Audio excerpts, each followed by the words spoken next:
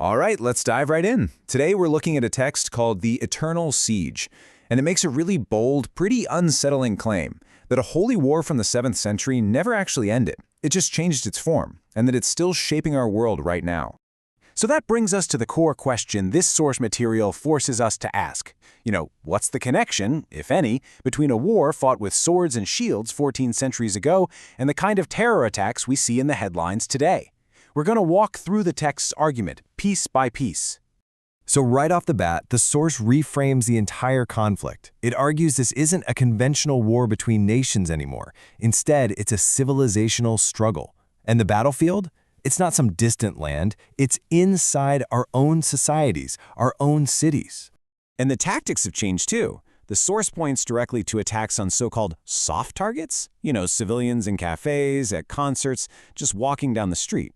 The text argues these aren't just random senseless acts. They're actually calculated moves in a much, much bigger strategy. And this right here is really a key insight from the source. The argument is that the main conflict has moved from the physical battlefield to the battle of ideas. It's not just about military might anymore. It's about subversion using media, academia, and rhetoric, what the text calls the pen and the tongue. So, to really understand how we got to this point, the Eternal Siege insists we have to hit rewind. We're going all the way back to the 7th century to uncover what it describes as the original blueprint, the doctrine of conquest that started it all. The source uses this term ideological fusion, and the idea is pretty straightforward.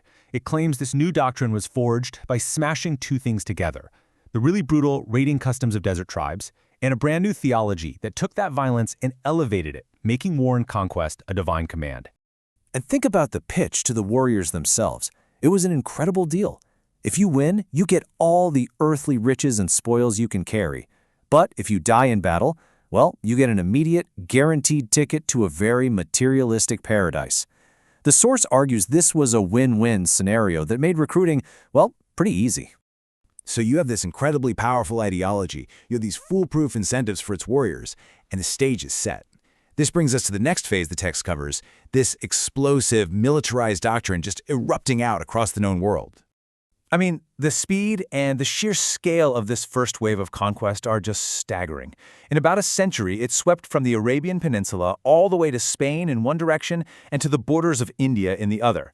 The text makes the case that this expansion literally sheared the world in half, cutting off Europe and kicking off the Dark Ages. Now, what if you were one of the conquered peoples but you refused to convert? Well, the source describes a very specific codified system of subjugation. Your ability to practice your own faith was restricted, you were hit with crippling taxes, and you were basically a second-class citizen. Your survival really depended on total submission. And this is a really critical point in the text argument. This wasn't some quick flash of conquest that then settled down. It was a relentless siege that lasted for centuries. The book emphasizes that even 1,000 years later, huge armies were at the gates of major European capitals using the exact same religious justifications that were created back in the 7th century.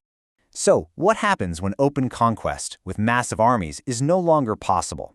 Does the mandate just go away? The source argues absolutely not. It just adapts. The battlefront moves from outside the city walls to inside the gates. It shifts from open warfare to a much more subtle internal struggle. And this, right here, is the absolute core of the source's modern thesis. The old way was military invasion, brute force. The new way, it argues, is internal subversion. It's a slow, patient campaign to gain influence from within, often by using a society's own liberal systems and laws against itself. The text breaks down this modern struggle into four main fronts. First, you have the pen, the battle of ideas fought in media and on campus. Then there's the tongue, the use of rhetoric and ideology to shape public opinion. Of course, you have the financial resources that fuel it all. And finally, the text points to demographics, specifically the use of mass migration to shift the social and political landscape. Okay, this is where the source's argument gets particularly chilling. It looks at how this ancient mandate has found fertile new ground, right inside of modern open democracies. The claim is that this new form of struggle is almost perfectly designed to exploit the very openness that defines these societies. So let's circle back to those attacks on civilians. The source offers a really disturbing take. It says, these aren't military strategies in the traditional sense. They are, instead, acts of theological obedience, a modern expression of that ancient command to terrorize and sow fear among non-believers. So how does this approach actually work?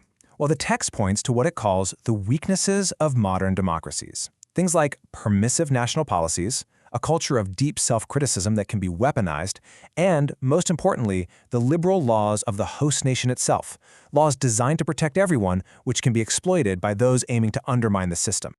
Let's just pause on this quote from the text for a second. It's arguing that radical factions see isolated communities inside our own cities not as neighborhoods, but as frontline fortresses. It calls them a direct continuation of the ancient border posts that were used to stage raids and attacks. And so, this is where the text leaves us, with a really difficult paradox. If the source is correct, if this really is an ancient siege wearing modern clothes, then how on earth does a free and open society defend itself? How do you protect yourself from an ideology that uses your best qualities, your tolerance, your freedom, your laws, as weapons against you?